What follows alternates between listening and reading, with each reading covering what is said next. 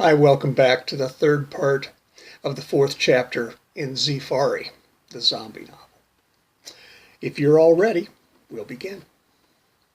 Bebe took his time at the Waffle House, but he still got to the Border Patrol station at 12:45 and found Dr. McDougal's office 5 minutes later.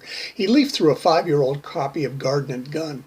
He was enjoying an article about the secret menu at the Sombrero restaurant south of the border when a man in a lab coat hurried in. "Trooper Duvalier, I'm Dr. McDougal. Come into my office," the man said. Boy, thought Bebe, this Dr. McDougal could have come straight from central casting for a monster movie from the 50s.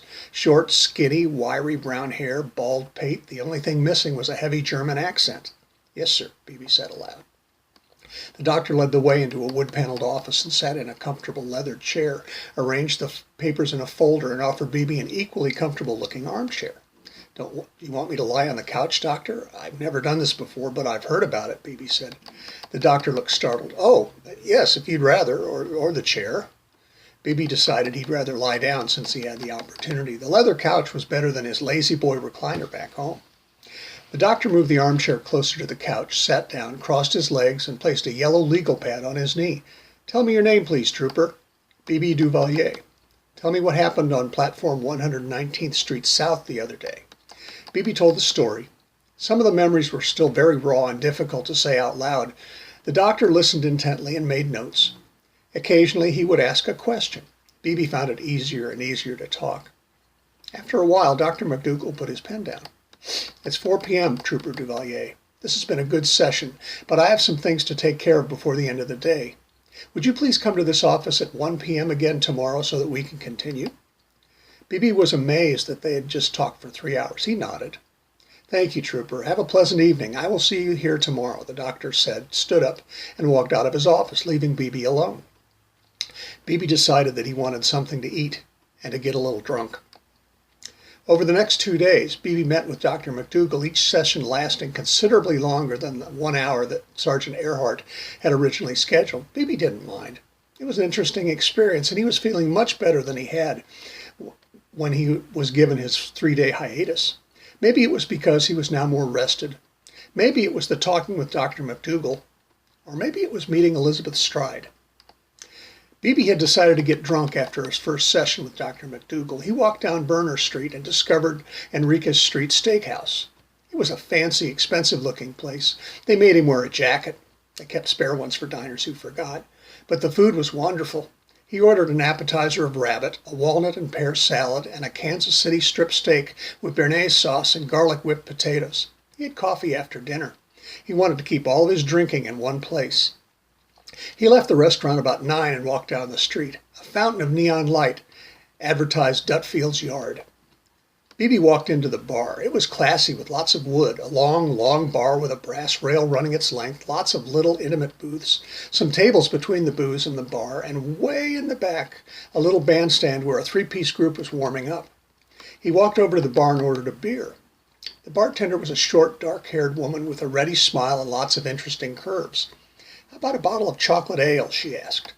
Bebe gave her a puzzled look, and she explained that chocolate ale was a seasonal brew from the Boulevard Brewery. Dutfield's had a few bottles in the cellar.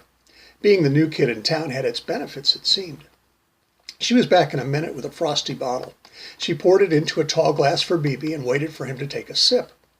The smile on his face told her that she had guessed well.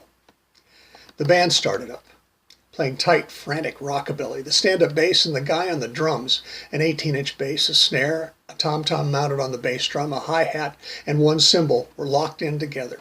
The guitar player and vocalist swung his big arch-top Gretsch around like he was dancing with it. These cats were cooking. Bebe looked at the dance floor in front of the band. No one was dancing. Wait! A girl was dancing to the music, twirling around, having a great time all by herself. She wore a blue skirt that hit at her knees and a white blouse.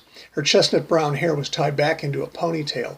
She wore low-cut dancing shoes, and her legs were thin but muscled. And when she turned so that Bebe could see her face, he was hers. Bebe took his beer and walked over to the dance floor. He set the beer on an empty table and walked over to the girl. She was dancing and gave no indication that she knew he was there. There was nothing else to do but dance beside her. They danced side by side together for a while before she noticed him. When she finally did, she smiled and turned slightly in his direction. He danced over in front of her. She moved and he countered. He moved and she responded. She reached a hand in his direction, so he took it, using her hand to spin her and reel her to him.